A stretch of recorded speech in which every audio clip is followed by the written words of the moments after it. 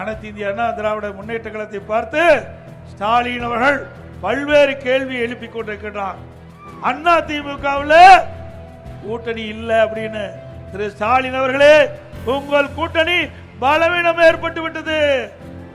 உங்கள் கூட்டணியில் அங்கம் வைக்கின்ற காங்கிரஸ் கட்சி வேறொரு பேசிக் கொண்டிருப்பதாக பரவலான செய்தி.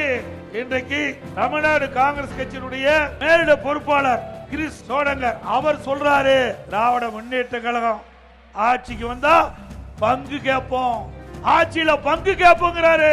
செல்வ பெருந்தகை சொல்றாரு ஆட்சியில பங்கு வேண்டும் என்று. ஆக கூட்டணியிலே குழப்பம் ஏற்பட்டு விட்டது.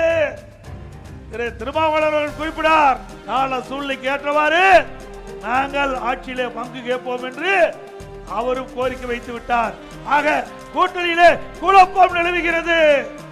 கம்யூனிஸ்ட் கட்சி சேர்ந்த மரியாதைக்குரிய சண்முகம் அவர்கள் குறிப்பிடுகின்றார், திராவிட முன்னேற்ற கழகம் எப்பொழுது பார்த்தாலும் 95% கொடுக்கப்பட்ட வாக்குறுதியை நிறைவேற்ற விட்டோம் என்று சொல்லுகிறார்கள்.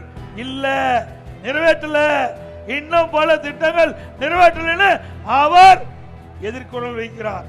ஆக கூட்டணிக்குள் ஒரு குழப்பம் ஏற்பட்டுகிறது. திரு ஸ்டாலின் அவர்களே, 2026 சட்டமன்ற பொதுத் தேர்தலில் அனைத்து இந்திய அண்ணா திராவிட முன்னேற்ற கழக தலைமையில் சிறப்பான கூட்டணி அமையும். வெற்றி கூட்டணி 210 இடங்களிலே அண்ணா திமுக தலைமையில் அமைக்கப்பட்ட கூட்டணி வெற்றி பெற்று தனி பெரும்பான்மையோடு அண்ணா திமுக ஆட்சி அமைக்கும்.